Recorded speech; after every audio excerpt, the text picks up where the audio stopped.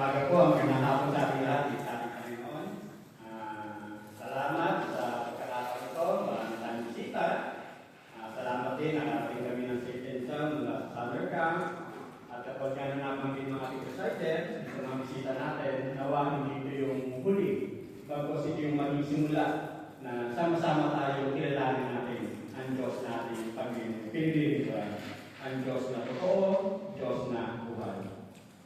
Ngayon, ang ating pag-aaralan ngayon ay nasa huling verse na tayo ng ating series sa aklat ng Colossians. Sa verse 28 and verse 29 ng Colossians chapter 1. Ang sabi na rito, kung bakit tatlong version yung ating titingnan, ang sabi na rito sa King James Version, whom we preach, warning every man and teaching every man in all wisdom, that we may present every man perfect in Christ Jesus, whereunto I also labor, striving according to his working, which worketh in me mightily. Sa English Standard Version, we proclaim him, warning and teaching everyone with all wisdom, so that we may present everyone mature in Christ. I labor for this, striving with his strength that works powerfully in me. Sa mabuting balita, iyan ang dahilan kung bakit namin ipinangangaral si Kristo.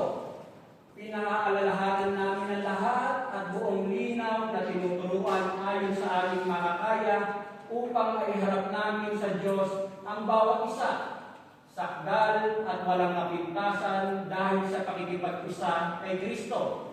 Dahil dito, ako'y nagpupunyagi sa pamamagitan ng kapangyarihang kaloob sa akin ni Kristo. Ang mensahe ng Panginoon sa oras ito ay may kaugnayan sa lesson na pinag-aralan sa summer camp, Christ-likeness. Kaya ang mensahe ng Panginoon sa oras ito, the purpose of presenting everyone mature in Christ. At bago po tayo magpatuloy, manalangin po muna tayo. Purihin ka, O Diyos, sambahin ka, Ama, sa Espiritu at katotohanan. Maraming salamat po, O Diyos, sa pagkatuloy na napatuloy mo kami binibigyan, O Diyos, ng pribileyo, na patuloy namin kilalanin ka. Patuloy namin maintindihan at maunawaan, Panginoon, ang iyong pagka-Diyos. Tunay nga, Ama, na hindi ka nagbabago. Ikaw pa rin ang Diyos noon, ngayon, at magpakailanman. Ikaw po ang simula, ikaw ang wakas, ikaw ang alpha, ikaw ang omega. Ikaw ang may likha ng langit, ng lupa, ng dagat, ng lahat ng bagay sa mundo nito, O Diyos. Ikaw po, O Diyos, ang nag-iisang the great sovereign God, Panginoon. Ama, banal ka. Tunay nga, O Diyos, na kilala mo kami. Omnipresent ka, all-knowing ka, Panginoon. Kaya nga po sa mga oras sandali kami nagkukulang, may mga bagay kaming naisip, nasasabi, nagagawa na hindi kaaya-aya sa iyo. Lord God, sa iyong trono ng biyaya, Panginoon. Lumalapit po kami, humihingi, Panginoon, ng paglilinis sa mga oras sandali na kami nakagagawa, nakapag-iisip, nakapagsasalita na hindi kaaya-aya sa iyo. Lord God, patawarin mo nga po kami, Panginoon, upang na sa iyo wala akong magiging balakid, hadlang sa aming pag-aaral ng iyong mga salita, Panginoon. At minsan pa, Ama, sa oras na ito, sa tulog gabay na po, Panginoon, ng iyong Santong Espiritu. Pagkalooban mo iyong abalingkod ng karunungan at kaalamang nagmumula lang sa iyo, upang na sa iyo tunay nga na may dilibad ko na may kasimplihan ang iyong mga salita, Panginoon. Patuloy ko rin ito dalangin na tunay nga na sa bawat isang naririto, sa bawat isang makakapakinig, Panginoon, ng iyong mensahe. Ikaw po ang siyang tunay na mangusap sa kanila, Panginoon.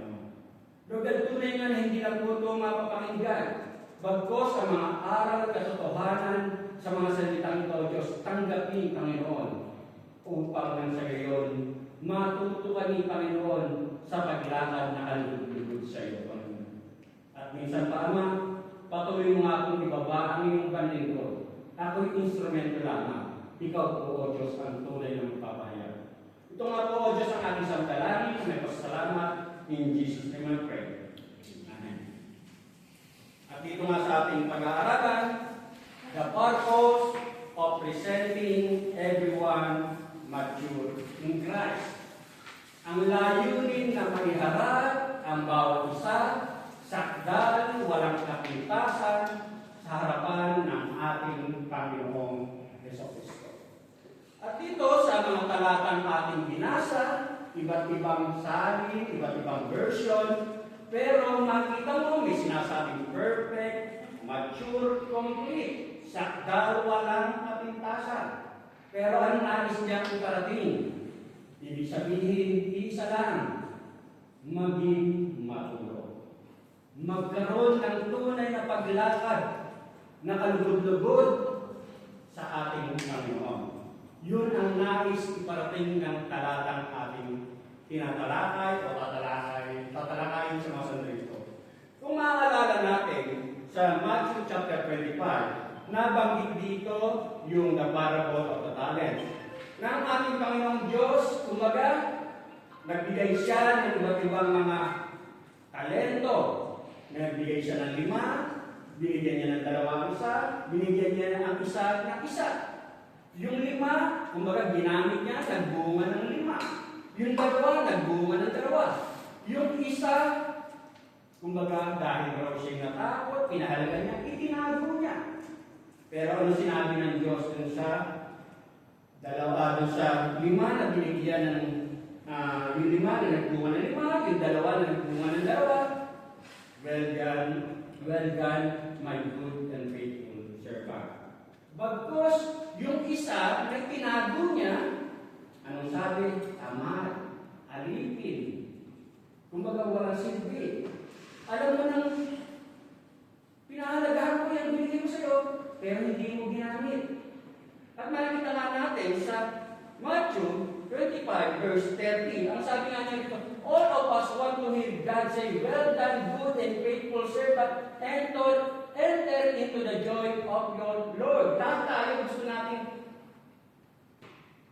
pag nakaharap natin ng Panginoon, yun ang sasabihin sa atin, naging tapat tayo. Siya pinagkaloob sa atin ng Diyos.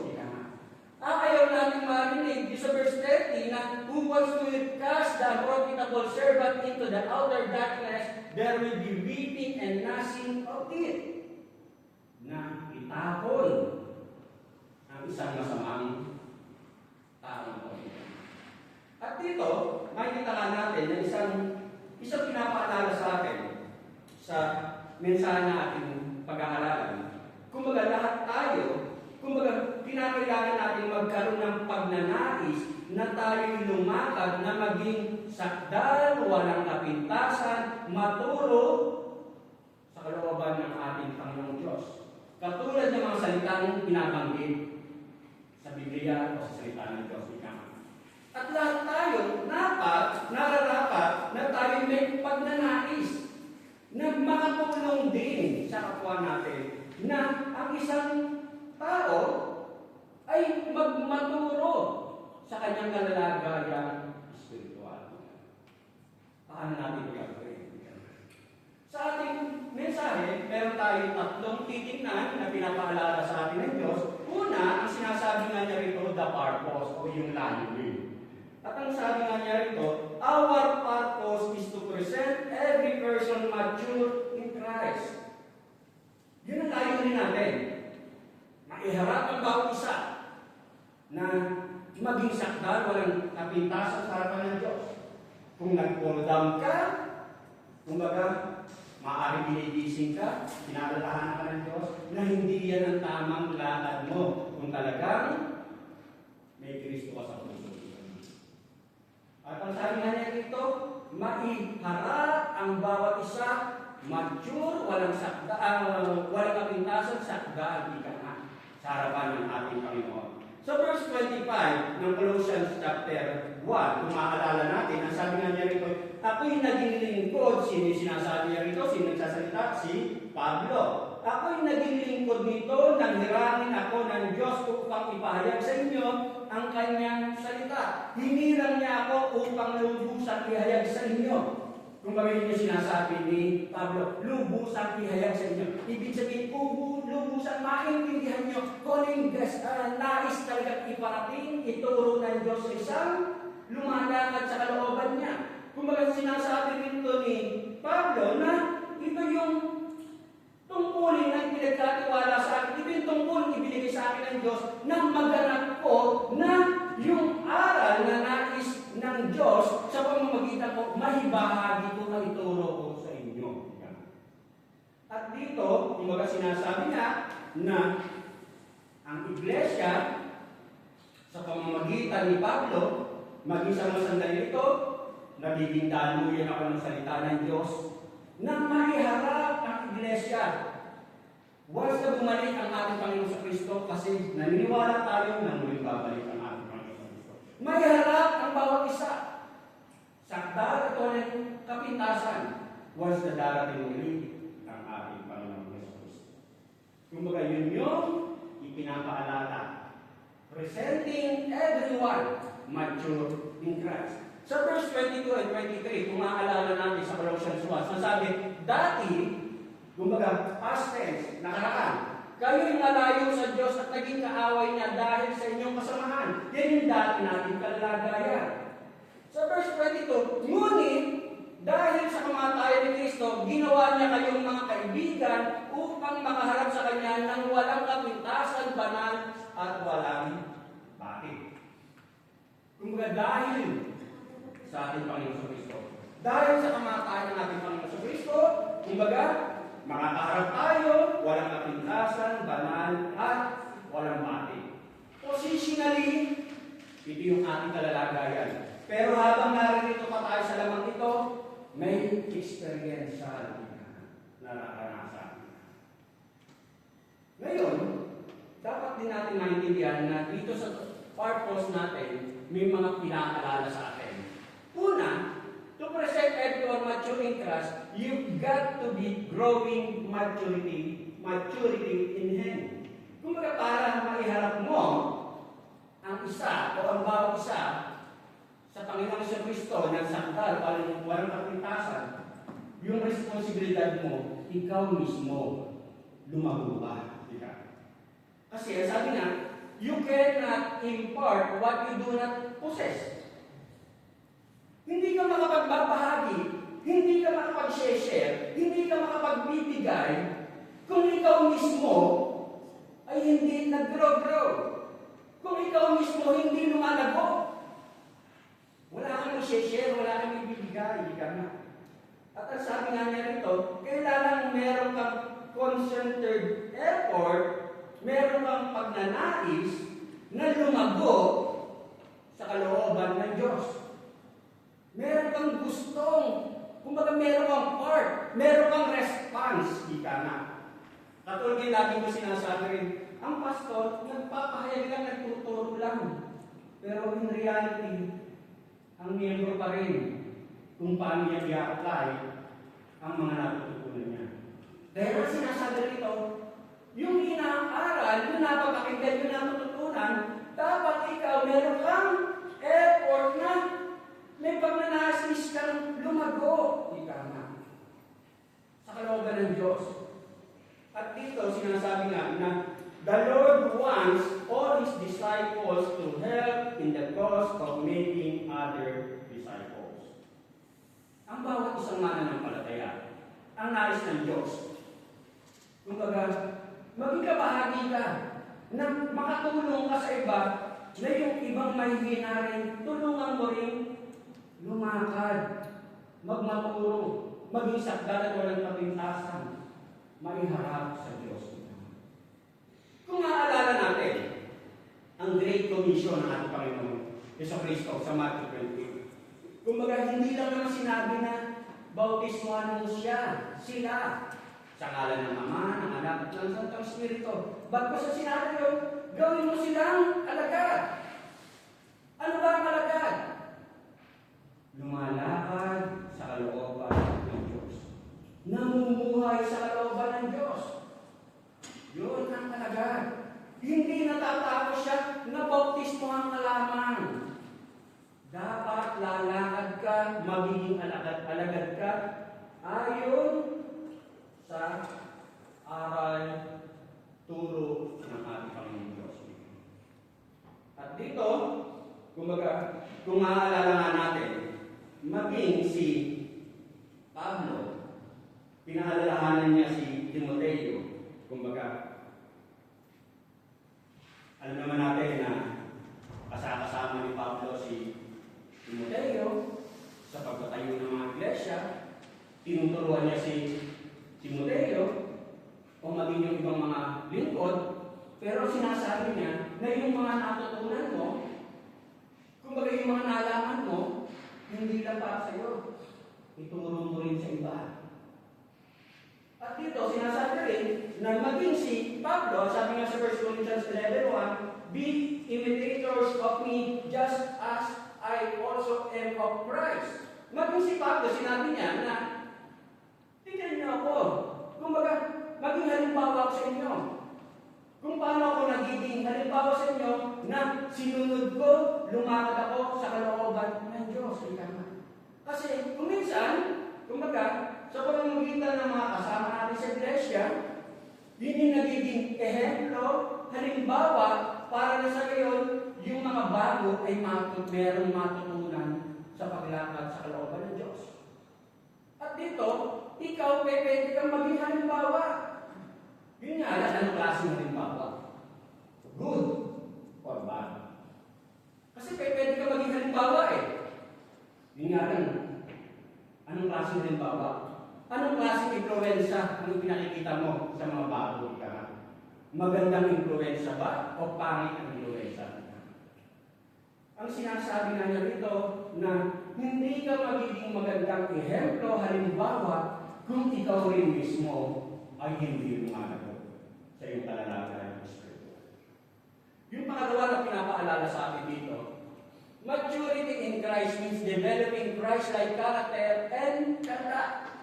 Yung paglago sa ating Panginoong Kristo na maging kawalis natin ang ating Panginoong Kristo ay merong nahuhubog, may nababago na ugali katulad, attitude na katulad ng ating Panginoong Kristo. Kung baga dito makita natin na sinasabi nga na marami tayong matututunan sa salita ng Diyos. Kung magiging mag-aaral ka sa salita ng Diyos, maraming tinuturo kung paano tayo magiging Christ-like in conduct and attitude, in character. Sa Sunday Camp nga na, kumbaga, kulang pa yun eh. Kumbaga may forgiveness, holiness, love, ilan lang yun. Pero marami pa ang matututunan natin sa pagiging Christ-like. Katulad ng ating Panginoong Kristo. At dito, maging yung mga Bible character, makikita natin kung paano sila namuhay, sa kanilang pamumuhay, sa paglakad sa kalooban ng Diyos, may matututunan tayo sa kanila. Pero bilang great example natin, walang iba kundi mismo ang ating Panginoon Kristo. Siya ang mismong halimbawa natin sa ating paglakad para tayo maging maturo, maging complete sa pagharap natin sa ating Panginoon Kristo. Alam naman natin, ang sabi nga doon sa version na iba, perfect. Kumbaga, mahirap natin abutin yung perfect habang narito tayo sa laman. Ang Diyos ang siyang tutulong para magawa natin yung iba. Pero yung mature, magmaturo, pinapaalalahanan ng isang mananampalataya na maging maturo ka sa iyong paglakad sa iyong buhay pananampalataya. Maalala ko nga, yung sinasabi nga ni DJ na yung sa love. Ang isang mensahe na sinasabi rin sa love, laging sinasabi, sa isang iglesia raw walang love. Kahit noong pa, sinasabi wala akong love. Example, illustration ni Brother Sam. Noon, simula pa lang na LJPL, no? Sabi ni Brother Sam, hindi ako natitiwala na walang love. Kasi ang tingin mo sa sarili mo, ikaw ang naghahanap na ang tingin mo mataas, ang tingin mo sa sarili mo, na-special ka na dapat laging ikaw ang pahalagahan. Kasi ang love, ikaw ang nagbibigay. Ikaw ang nagbibigay. Kumbaga, love is sacrifice. Yun ang love. Kumbaga yun yung kasi kaya ka sinasabi mo wala lang. Kasi ikaw ang gusto mong special at tingin mo sa sarili mo. Pero ano ba ang biblical love? Love is sacrificial. Yun ang sa pinapakala mo. At dito, sinasabi nga, sa Matthew 12:29-31, ang sabi nga nito, "And Jesus answered him, The first of all the commandments is, Hear, O Israel, the Lord our God is one Lord, and thou shalt love the Lord thy God with all thy heart, with all thy soul, with all thy mind, and with all thy strength. This is the first commandment, and the second is like, namely this, thou shalt love thy neighbors as thyself. There is none other commandment greater than this." Yan ang tunay na lahat. Ikaw ang nagbibigay. Ang Diyos ang una nagbigay sa pamamagitan ng binigay niya kanyang pugtong na anak, si Yesu Cristo.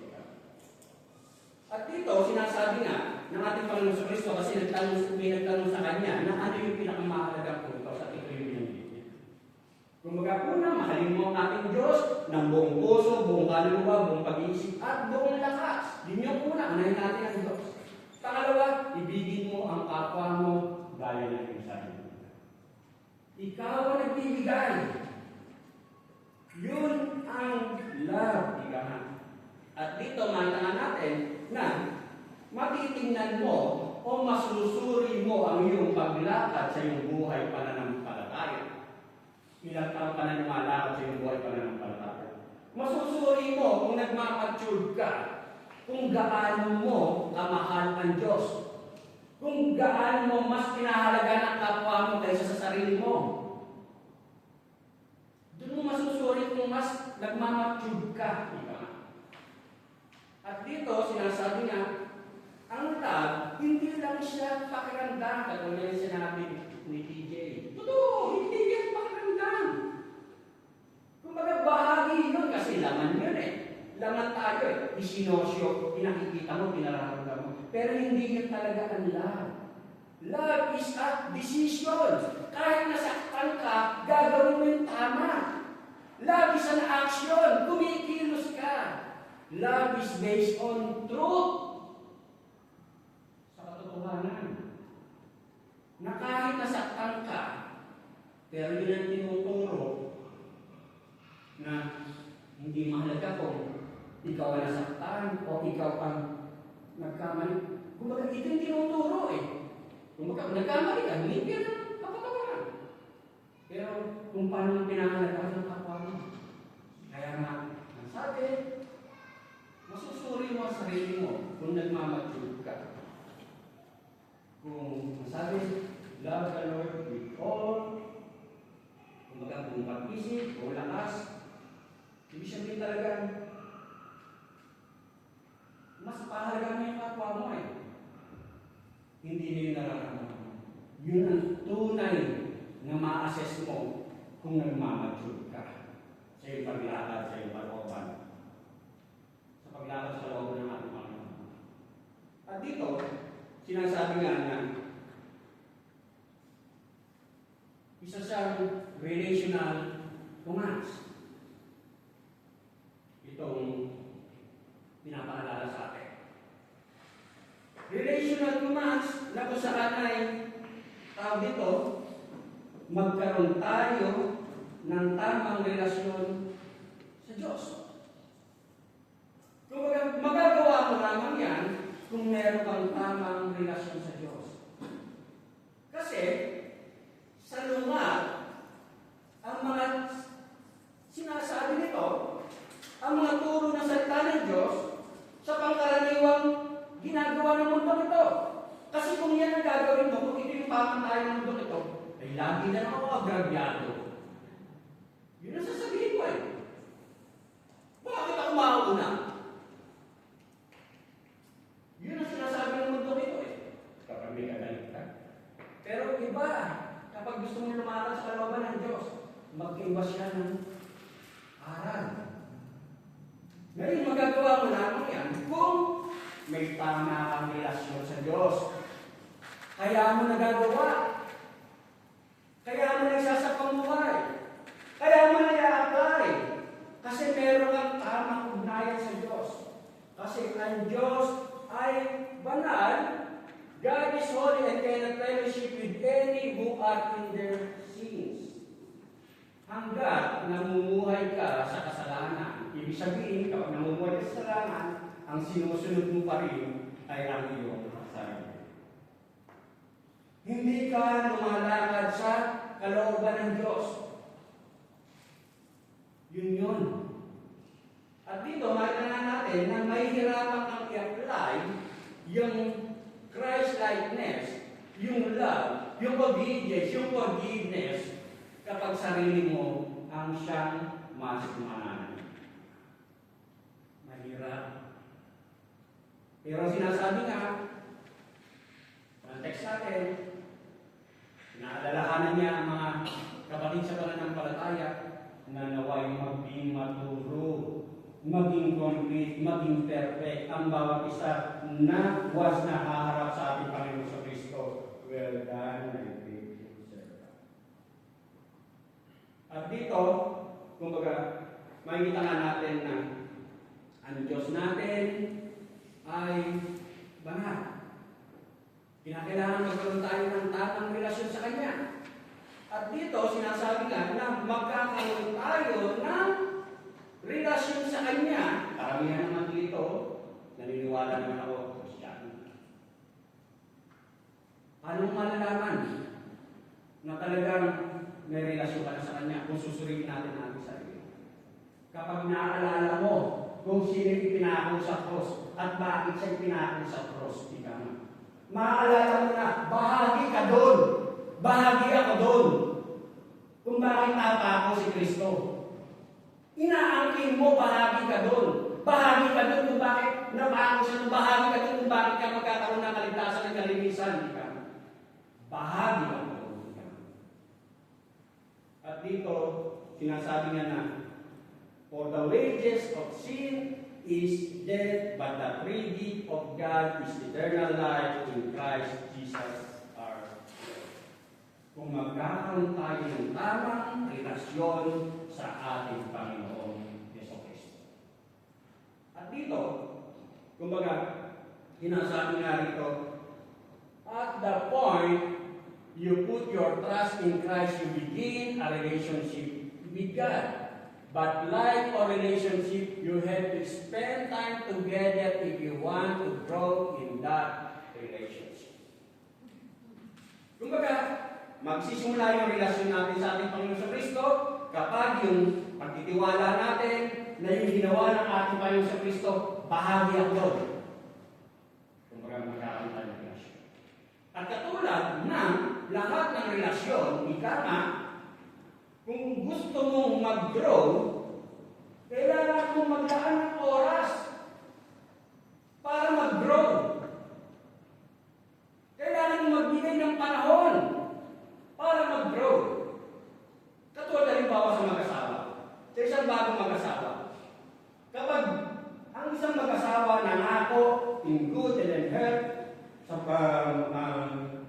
hanggang mapatay, mga pangako ka na, sa hirap ka ng ginawa, hindi naman natatapos doon na nangako sila sa isa't isa eh. Mas magiging malalim ang ugnayan ng mag-asawa ngayon kung may oras sila na nag-uusap, meron silang intimate na pag-uusap, meron silang oras na mas kilalanin ang bawat isa. Kung baka mas magiging malalim ang relasyon nilang mag-asawa. Ganon din sa relasyon ng mananampalataya sa Diyos. Kumbaga, magbibigay ka ng oras kung paano ka mag-aral ng salita ng Diyos, magbibigay ka ng oras para mas nakilala mo, intindihin ang tinuturo ng salita ng Diyos, magbibigay ka ng oras para makipag-usap sa pananalangin sa Diyos, magbibigay ka ng oras para mas lumapit ka sa Kanya, ilapit mo, ipagkatiwala mo ang iyong mga alalahanin sa Kanya, magbibigay ka ng pagtitiwala na yung mga natututunan mo, i-apply mo, gagamitin mo. Mas magiging malalim ang relasyon mo sa Diyos. Kung talagang nagtitiwala ka sa Diyos, hindi sa sarili mong kakayanan. At dito, ang pangako naman ng Diyos, di ba? Yung pagsunod, pangako rin ng Diyos yan na ang sumusunod sa Kanya, pagpapalain ka. Sumunod ka muna sa Kanya. At dito, kumbaga, sinasabi nga na, true, God's Word, and through His indwelling Holy Spirit, He transform your mind to conform to His will. Sa pamamagitan ng salita ng Diyos, sa pamamagitan ng Santong Espiritong ipinagkaloob sa isang mananampalataya, kumbaga, hindi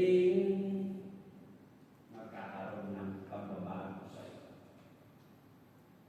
Kumbaga magkakaroon ng pagbabago. Kung talagang ina-apply mo yung salita ng Diyos, kung talagang ang conviction ng Santong Espiritu ang siyang sinusunod. At dito, kumbaga, sa pamamagitan ng pagsunod natin sa mga aral natin na tututunan, sa pamamagitan ng mga conviction na tinuturo ng Diyos sa atin ng Santong Espiritu ang nasa sa atin, ika na, kumbaga, magkakaroon ng pagbabago sa isang mananampalataya. Maging kung paano ka mag-isip, sa mga desisyon mo, magkakaroon ng pagbabago. At dito, makita nga natin na kung paano mo pinahalagahan ang salita ng Diyos. Ang sabi nga sa Psalms 119:11, Your word I have hidden in my heart that I might not sin against you. Tunay nga bang itinatago natin, pinahalagahan natin ang salita ng Diyos upang nasabihin hindi tayo magkasala sa Kanya? Tunay nga ba? Kung magsuriin natin ang ating sarili, tunay nga ba na yung salita ng Diyos ang siyang mas nangingibabaw sa mga desisyon, sa mga pamumuhay natin, sa mga ginagawa natin sa araw-araw. Tunay nga ba na ang salita ng Diyos ay tinatago natin sa ating bilang pagpapahalaga. At dito, kumbaga, makikita nga natin, katulad halimbawa, kasi nga ang lakad ng isang mananampalataya ay kakaiba sa isang lakad na walang o hindi namubuan sa buhay pananampalataya. Dapat nakita ang kaibahan. Katulad halimbawa, sa problema. Kung may problema, katulad na halimbawa sa kung magpapatawad ka, ang tinuturo lagi ng mundo nito, ako na nagrabyado Bakit ako mauna? Bakit ako magpapatawad? Pero ang tinuturo ng salita ng Diyos, hindi mahalaga kung sino. Kasi ikaw rin mismo pinalalaya ng Diyos doon sa hatred na nasa puso mo. Ikaw rin ang pinalalaya. Katulad yung illustration ni Brother Sam, kumbaga, shepherd, na yung isang miyembro dati ng church sa Pordenone, na lumapit sa kanya yung isang miyembro. Brother Sam, siyempre yung vision, yung pinakayaan ko lang. Kumbaga, Brother Sam, mapapatawad ko kaya ang tatay ko. Bakit ang ginawa ng tatay? Tatay mo sa'yo, isang babae na lumapit kay Brother Sam. Dinahasa ko ng tatay ko. Kumbaga, yun ang sabi, nag-open sa kanya yung isang miyembro ng church. Mapapatawad ko ba ang tatay ko? Dinahasa ko ng tatay ko. Ang turo ng salita ng Diyos, patawarin mo siya. Pero, kumbaga, papatawarin mo siya. Malalaya ka, magiging malaya ka sa nararamdaman mo. Pero, hindi na gano'n na siyempre, magiging maingat ka lang. Magiging maingat ka kasi, kumbaga, yung flesh, yung sakit, naroon pa. Pero yung papalaya mo yung sarili na tinatawag na kita, pero yung relasyon na manumbal, siyempre hindi na ganyan. Totoo yun. Pero naging malaya ka na kung sa larangan. Mahirap. Pero yun ang tinuturo sa ilalim kasi. Kung dito nakita na natin na kuminsan kasi, kaya hindi natin nagagawa na magpatawad. Kasi yung tinuturo rin ng mundo ito, yung pride. Simula yung ikaw ang halaga. Ikaw ang laging ay tataas. Sarili mo lagi ang inisip. Kumbaga yun. Kasi kung maaalala natin, sa start pa lang ng fall of man, maging si Satan. Kumbaga, kung bakit nagkasala si Satan. Dahil sa pride. Kung gusto niya pantayan ng Diyos. Gusto niya pantayan ng Diyos. Ganun din sa tao. Na habang nagmamataas ka, habang sarili mo lagi ang mas pinahalagahan mo, mahihirapan ang sumunod sa kalooban ng Diyos. Kasi ang tinuturo ng salita ng Diyos, deny yourself. Carry your cross. And follow me. Ang hirap naman. Pero yun ang tinuturo ng salita ng Diyos eh. Kaya na, ang sinasabi rito sa pinag-aaralan natin ngayon, na maiharap ang bawat isa sakdal at walang kapintasan sa muling pagbabalik namin. Yun ang tinuturo ng Diyos sa mga sandali. Sa 1 Peter chapter 5, verse 5, likewise, ye younger, submit yourselves unto the elder, yea, all of you be subject one to another, and be clothed with humility, for God resisted the proud and giveth grace to the humble. Yun ang tinuturo ng Diyos eh. Magpakabaka. Ayaw ng Diyos yung mapagmataas. Kasi kapag lagi ka nagmamataas, hindi ay Diyos ang tinataas ng sarili. Mahirap. Kung talagang gusto mo lumakad sa kalooban ng Diyos, mahirap. Pero ang sinasabi ng pinag-aaralan natin ngayon, maiharap ang bawat isa sa dalat walang kapintasan sa muling pagbabalik ng ating Diyos. At dito, kumbaga, ang sinasabi nga, maging sa mga problema ang ating kinakaharap. Kung narito tayo sa mundo ito, may mga problema tayong nararanas. Pero ang pinakaalala rin sa atin sa bawat problema, kumbaga, kung alam mo na meron kang Diyos na may hawak sa lahat, kaya mong ma-analyze, kaya mong harapin ang bawat bagay na tunay nga na may tinuturo ang Diyos sa bawat nangyayari. Maharap mo ang isang sitwasyon na may kagalakan kasi alam mo meron itinuturo pa rin. Hindi ibig sabihin ng problema, tawa ka ng tawa, hindi ganon. Ang sinasabi lang, mas nagiging positibo ang pagharap mo kasi alam mo meron Diyos na may control sa lahat. At dito, kumbaga, dapat natin maintindihan niya, sabi, maging mature, maging complete, maging perfect, alam mo na kung paano harapin ang isang sitwasyon. May pagkakatiwala mo lahat sa Diyos. May matututunan ka sa bawat sitwasyon na nangyayari sa bawat buhay ng isang mananampalataya. Ang sabi nga sa New Testament, the New Testament is filled with other lists of godly character qualities, so as you begin to put God's word into your heart or mind and learn to it, you will steadily be transformed into the image of Jesus Christ. Kumbaga, habang lumalakad ka, habang isinasapabuhay mo, kalooban ng Diyos, ang salita ng Diyos, isinasapuso mo ang mga salita niya, natututo kang i-apply, sundin ang salita niya, kumbaga, you will be steadily be transformed into the image of Jesus Christ. Kung sana siyang lalabas. Kasi, yun na yung nagiging buhay mo. Magkakaroon ng pagbabago. At ang sabi nga, you should be making progress. Merong nangyayaring pagbabago. At ang sabi nga niya rito, to help others grow in Christ, you do not force yourself to be perfect sapagkat in God's perfect time, huwag mong persahin. Kasi sa bawat sitwasyon, kasi hindi naman tayo pare-parehas ng spiritual level. Pero yung desire mo, but you do need to be walking in the Spirit, a step of faith, desiring to grow maturity. Huwag mong persahin kasi kapag pinepersa mo, laman mo nananay sa'yo.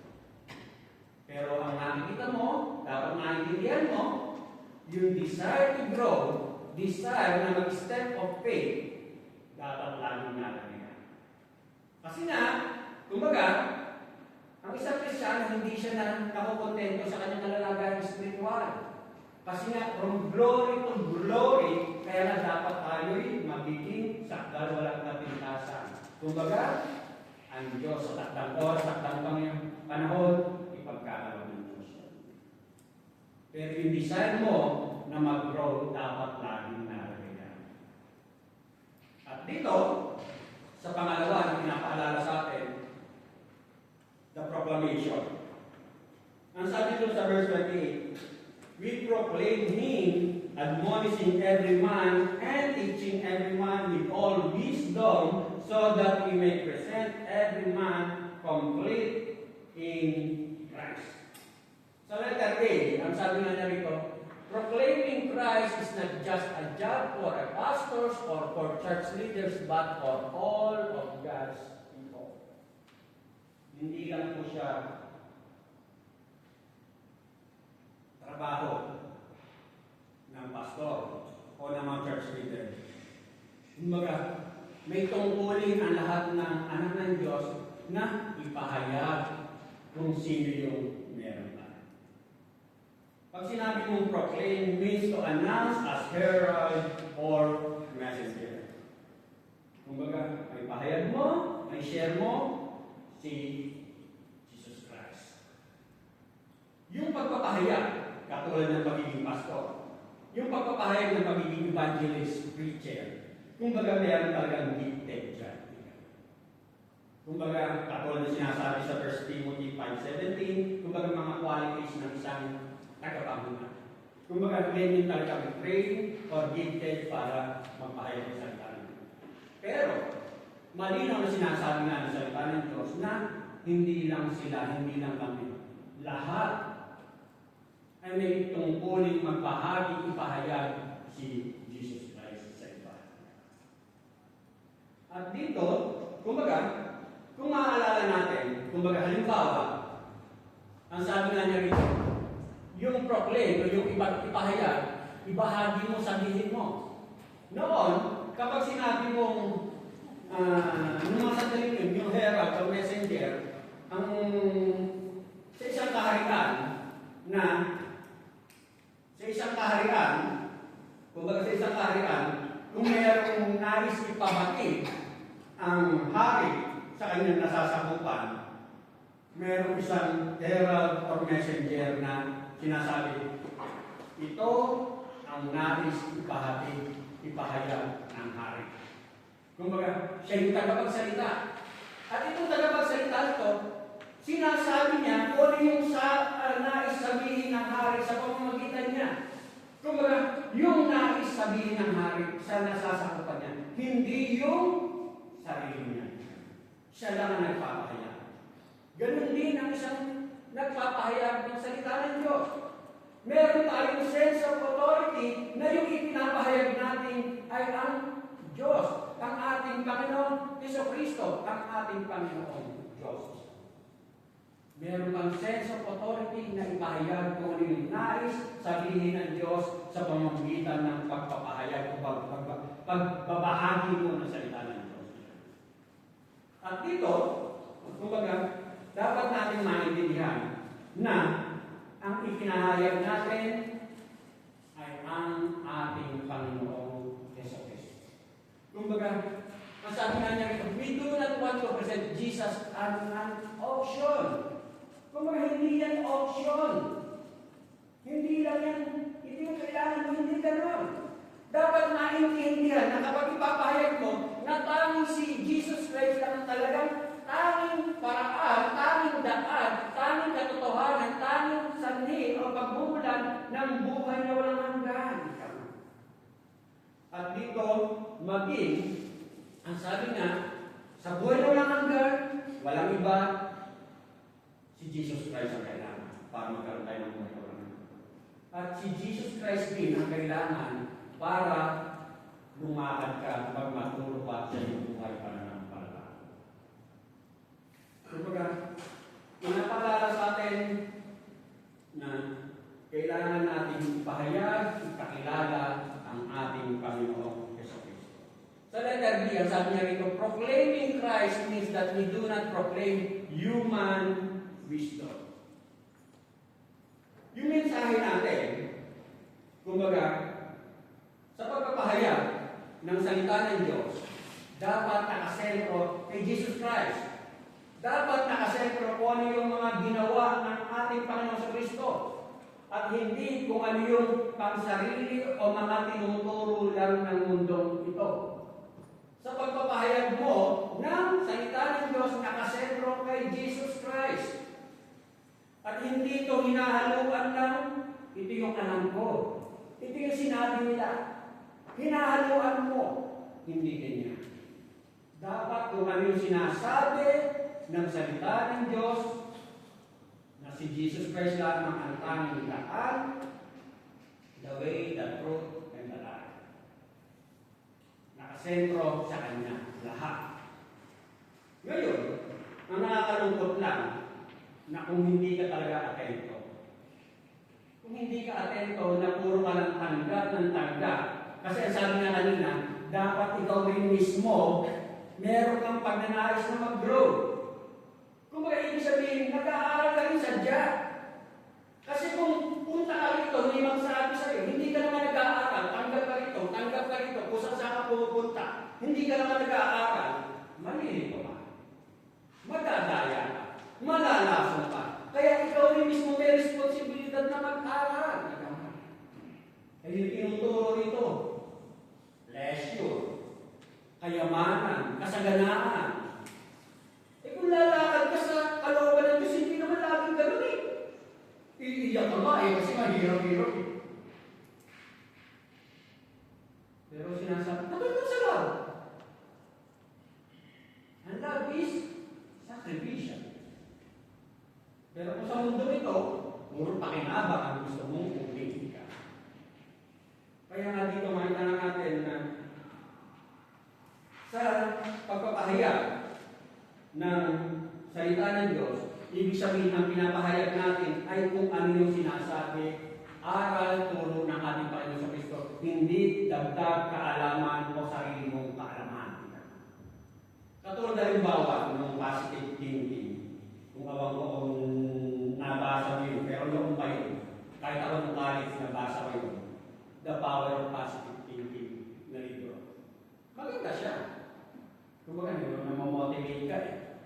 Pero hindi siya gospel. Hindi siya mabuting balita. Pinagagaan yung loob mo kasi magiging positibo ang pagharap mo sa lahat ng sitwasyon. Pero hindi siya mabuting balita. Kasi bakit? Hindi niya itinuturo na ang talagang solusyon ay si Jesus Christ. Ang tinuturo lang doon ay maging positibo ang pagharap mo sa lahat ng bagay. Pero hindi siya gospel. Kasi ang gospel, dapat si Jesus Christ ang sentro. Na dahil sa kasalanan, hanggang may kasalanan na hindi ka makapamuhay ng tama ay sa kalooban ng Diyos. Yun ang gospel. Na kailangan si Jesus Christ para magkaroon ka ng kaligtasan. Yun ang gospel. Oo, maganda. May papakinabangan ka. Pero yung pakinabang niya dito lang sa mundong ito. Pag namatay ka, bumarin sa hell. Kasi wala kang Jesus Christ. At dito, sinasabi nga na worldly psychology has infiltrated the church in many ways. Ito naman, pinaghahalo nila yung psychology sa gospel. Pero hindi ganun. Blending insight from godless men with Bible verses taken out of context or misinterpreted. Kumbaga, kung ano yung papakinabangan niya, tinuturo niya. Halimbawa, nung pinanggalingan na church namin noon, lagi niya tinuturo, uulan ng pagpapala, uulan ng pagpapala. Pero yung buhay ko, buhay namin. Ito ka nga. May bili mo na ng ice cream si Seiya na hindi ko pa magawa.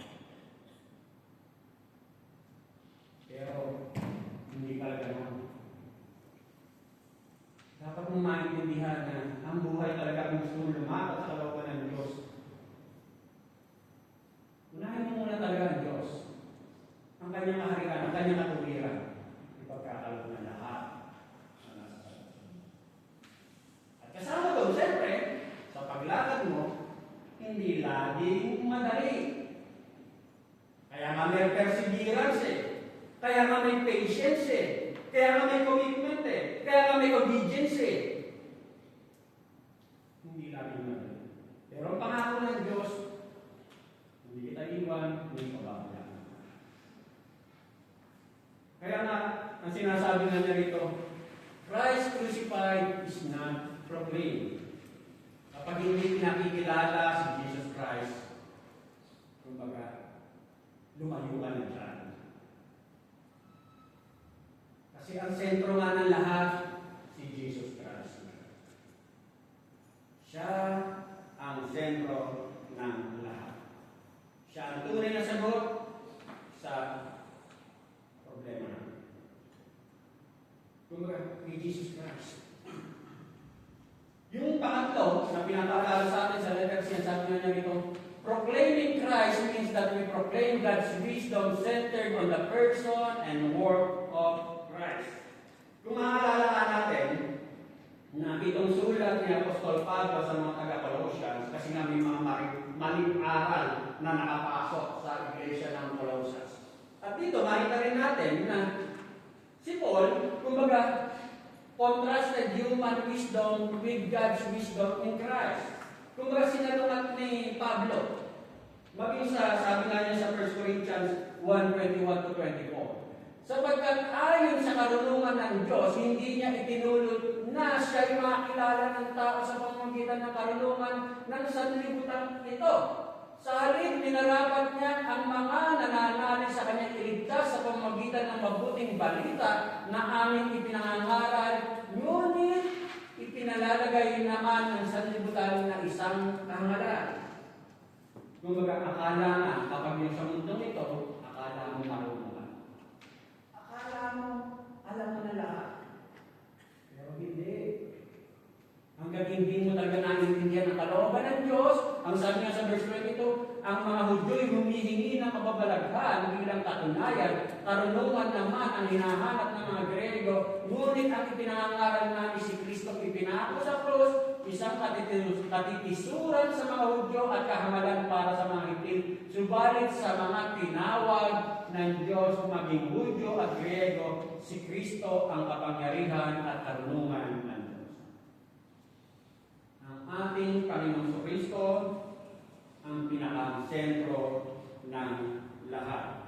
The sole source of wisdom is His Word, which reveals Jesus Christ to us. In Christ we have all that we need for life and godliness.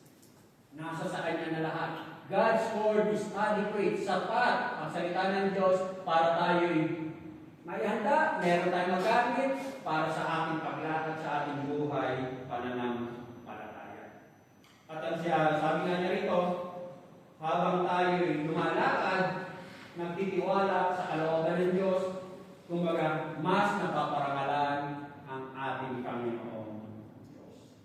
Huwag tayong manahan sa sarili nating karunungan, kundi kung yung aral at salita ng sa letter D, ang sabi nga niya rito, proclaiming Christ requires both admonishing and teaching every person.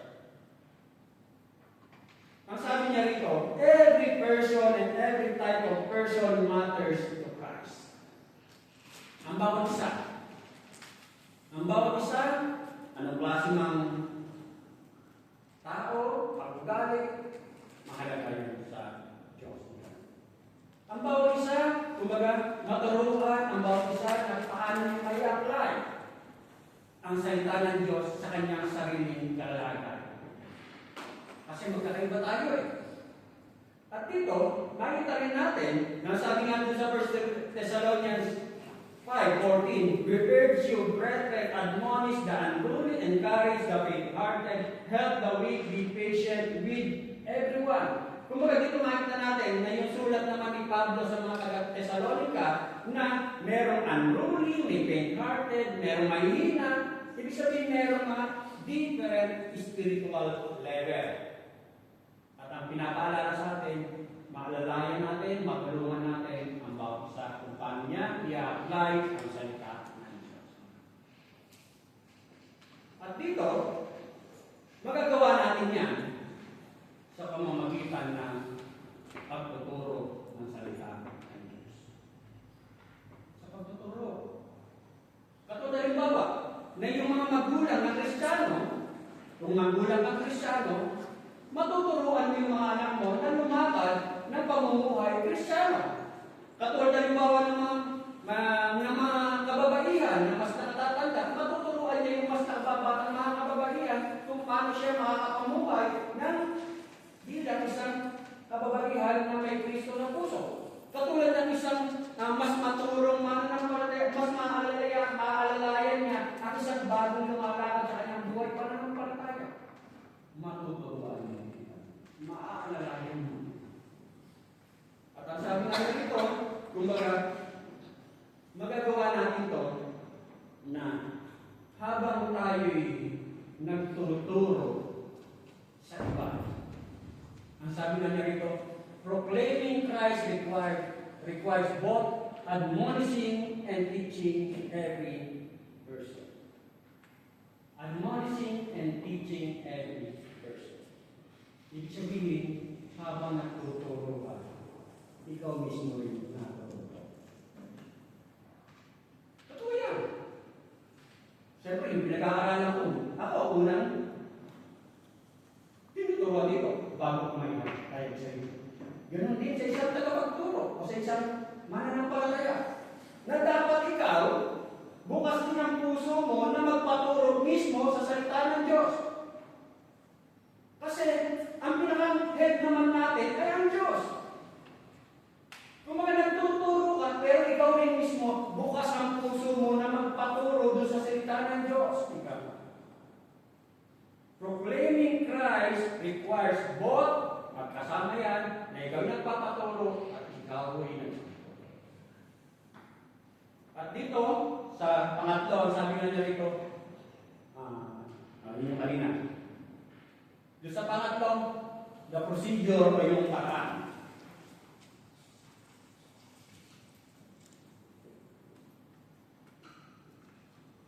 To present every person mature in Christ, we must work hard as we rely on His power working in us. Doon sa text natin, kumbaga, ang sabi na rito, kailangan natin maglabot.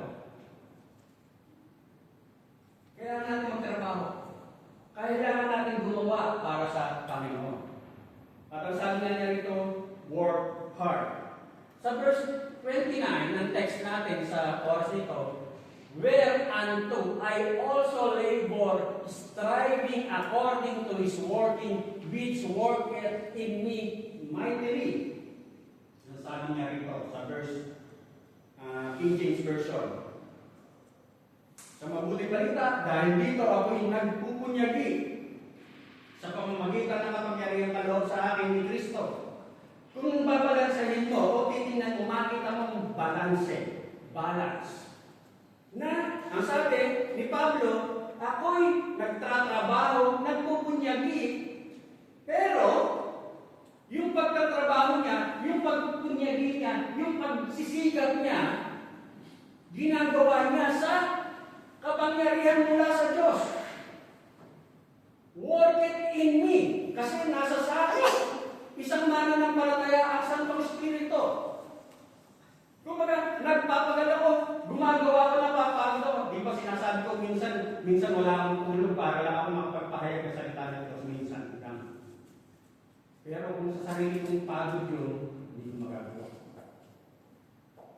Ang sinasabi niya rito, si Pablo, ganun, nagpapagal siya, nagpapakahirap siya, napapagod siya. Pero, dahil sa kapangyarihan na nasa sa kanya, sa pamamagitan ng Santong Espiritu. Yun yung sinasabi ni Pablo. Gagawin ko, magtatrabaho ako, and God will do the rest. Ngayon, ang nagiging problema ko minsan, kasi naniniwala tayo na ang Diyos ay sovereign. Naniniwala tayo na God is in control of everything. Ang pangit ko minsan, nagiging extreme. Mali ang pagkaintindi. Bakit? Hindi na ako magtatrabaho, hindi na ako gagawa, hindi na ako mag-share ng Word of God, hindi na ako mag-evangelize, hindi na ako magkakaroon ng passion for the lost kasi ang Diyos naman ang bibigay ng ligtas. Bakit? Ayaw mo ng commitment. Ayaw mo magtrabaho o sadyang tamad ka lang. Kasi gagawa ko, hindi ko naman na kumaliligtas siya. Kumbaga, partnership. Ito yung trabaho mo, ito yung gagawin ng Diyos. Yung iba kasi, extreme. Ayaw nang gumawa. Ayaw na magtrabaho. Ayaw na gawin yung part niya. Mali ang pagkaintindi sa sovereignty of God. Minsan naman, ang nangyayari na nagtatrabaho siya, nagpapakahirap siya sa paggawa, sa paglilingkod sa gawain sa Panginoon, na-burn out. Napapagod. Bakit?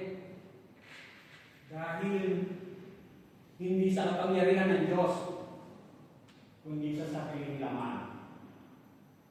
Kaya siya napapagod. Kaya siya na-burn out. Sa sarili niyang laman, hindi sa kapangyarihan ng Diyos. Kaya siya napapagod. Katulad ng halimbawa, kapag laman na umiirat sa'yo, gumagawa ka para sa gawa sa Panginoon. Pero lagi kang pagod. Walang joy, walang kagalakan. Bakit? Kasi laman mo ang nananalig. Wrong motives. Maling motibo. Na nagpapakapagal ako, hindi man lang ang mapansin. O yung manipulation. Ako lang gumagawa eh. Ako lang gumagawa, hindi man lang nakita yung paghihirap ko. Gusto niya yung pabor ay sa kanya. Hindi glory ng Diyos ang hinahanap niya, kundi glory ng sarili niya. Kaya ka napapagod. Kasi hindi sa kapangyarihan ng Diyos, kaya ka gumagawa, kundi sa sarili mo. Kasi hindi naman talaga madali eh. Magsasacrifice ka, magpapagal ka, magpapakahirap ka. Pag mali ang puso mo, mali ang motibo mo, mabe-burn out ka talaga. Ang sabi nga niya rito, dahil dito ako'y nagpupunyagi sa pamamagitan ng kapangyarihang kaloob sa akin ni Kristo. Kumbaga, ikilos ako, gagawa ako, pero yung lakas na nagmumula sa akin, hindi sa sarili ko, kundi lakas na mula sa Diyos. Yun yung pinapaalala rito ni Pablo. At dito, kumbaga, ang sabi nga niya rito, serving the Lord with right motives, grateful for what He has done and given me. Kaya ka naglilingkod. Kumbaga, tama yung puso mo, tama yung layunin mo. Bakit? Kasi nagpapasalamat ka eh. Bakit ka nagpapasalamat? Kasi basura ka rin eh. Basura rin ako eh. Pero para mahalaga ng Diyos na mamatay siya para mamatay siya doon sa cross ng Kalbaryo para kang mabilang magkaroon ako ng buhay na walang hanggan. Magpapasalamat. Kung bakit ka nililingkod. Kumbaga, yun yung pinapaalala sa atin. Kaya dapat suriin natin ating sarili. Baka kaya tayo lagi na-burn out. Kasi baka mali yung puso natin. Ang sabi nga sa 1 Corinthians 15:10, but, ngunit, by the grace of God, I am what I am. Kumbaga si Pablo.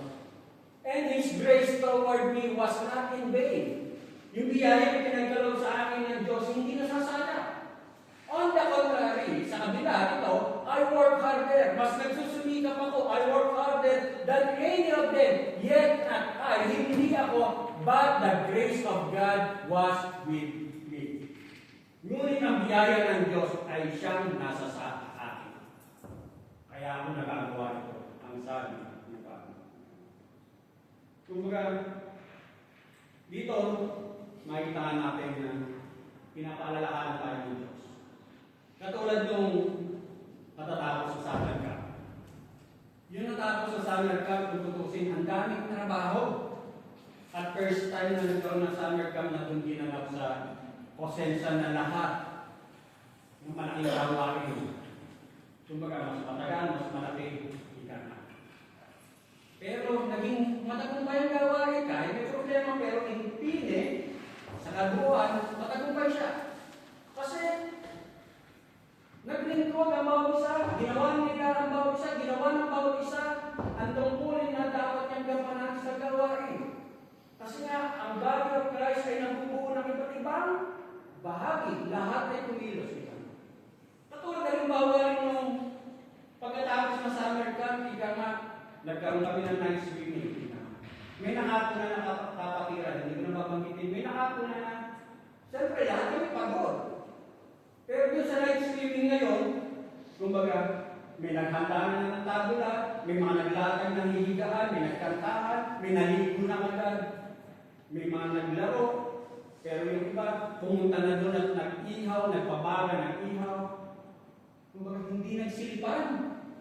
Alam na ng bawat isa kung gagawin. Hindi sinabi na nag-iihaw na, kami na lang laki. Alam nila na yun yung gagawin nila. Kasi yung mga ibang nag-iibang, kumbaga, yun yung mga unang naglingkod sa gawain ng kabuuan ng sangkap. Kasi iba't-ibang tungkulin, iba't-ibang gawain eh. Hindi nagsilipan ng trabaho. Kapag alam mo kung bakit yung ginagawa yun, hindi ka mabe-burn out, hindi ka mapapagod. Ngayon, sasabihin mo naman, ang sabi nga niya rito, labor and striving describe hard work. Kumbaga, yan yung pinahalimbawa ni Pablo. Nasa paglilingkod natin talaga, kailangan mong maglingkod, gawin yung part mo. At ang sabi nga niya rito, pag sinabing striving was use of athletes exerting all their strength to defeat their opponent. Kung talaga mag-exert ka ng effort para magawa mo yung gawain mo. At ang sabi nga niya rito, but at the same time we must do, ang sabi nga niya rito, but at the same time we must do that work in His strength. Kung ginagawa mo yung part mo, naglalaboro ka, pero yung laboro mong yun, ginagawa mo dahil sa lakas na nagmumula kay Kristo. I can do all things through Christ who strengthens me. Ibig sabihin, hindi sa sariling lakas mo, kundi sa lakas na nagmumula sa pamamagitan ni Kristo. Sa Philippians 12:13, therefore, my beloved, as you have always obeyed, not as in my presence only, but now much more in my absence, work out your own salvation with fear and trembling, for it is God who works in you both to will and to do for His good pleasure. Kumbaga, ginagawa mo yan bilang pagpapasalamat mo sa kaligtasan, biyaya ang ibinigay sa iyo ng Diyos. Kung bakit ka nagpapagal, gumagawa para sa gawain, para sa Panginoon. Ngayon, sabihin na natin na yung realidad na talagang kung minsan nakakaranas tayo ng nadilis ng pornisa. Kung minsan nakakaranas ka na nabe-burnout ka naman talaga. Kasi hindi naman lagi pare-parehas talaga ang sitwasyon. Totoo naman kung minsan yung napapagod. Pwede naman magpahinga. Pwede rin naman magpahinga. Kasi ang Diyos, naligahin niya ang lahat ng bagay. Sa 7 araw, siya nagpahinga. Pwede magpahinga. Ang sabi, pwede magpahinga. Hindi tumigil. Kasi yung iba tumitigil eh. Kung baka hindi ka pwede tumigil kasi May Santong Espiritu ang ipinagkaloob sa iyo na nagbibigay ng lakas sa iyo ng pagtagumpayan mo ang laban, lakad, takbuhin ng isang mananampalataya. Pwede magpahinga, hindi. At dito nga, sa mensahe ng Panginoon, sa oras ito, kumbaga, makikita natin ang sinasabi nga na the purpose of presenting everyone mature in Christ. Mature, complete, perfect in Christ. Kung susuriin mo, isa ang nais ituro ng mensahe ito. Lumago. Magkaroon ng pagbabago. Ngayon, ang paalala ni Pablo sa mga mananampalataya sa 1 Corinthians 14:20. Mga kapatid, huwag kayong mga isip bata. Maging tulad kayo ng mga batang walang mali sa kasamaan, ngunit maging ganap ang inyong pag-iisip. Ano sabi? Huwag kayong mga isip bata. Ibig sabihin matanda. Huwag kang maging isip bata.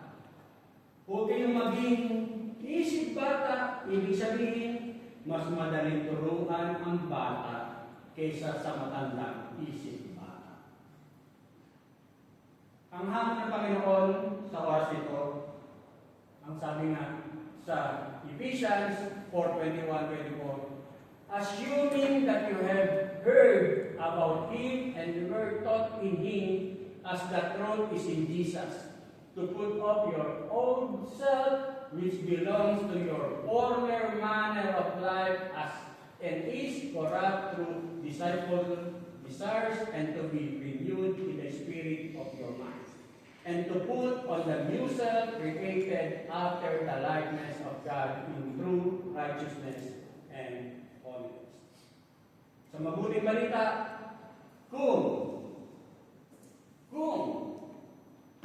ibig sabihin kung talagang tinanggap mo na si Jesus Christ, kung talagang pinakinggan ninyo ang aral niya at naturuan kayo ng katotohanan na kay Jesus, iwan na ninyo ang dating pamumuhay.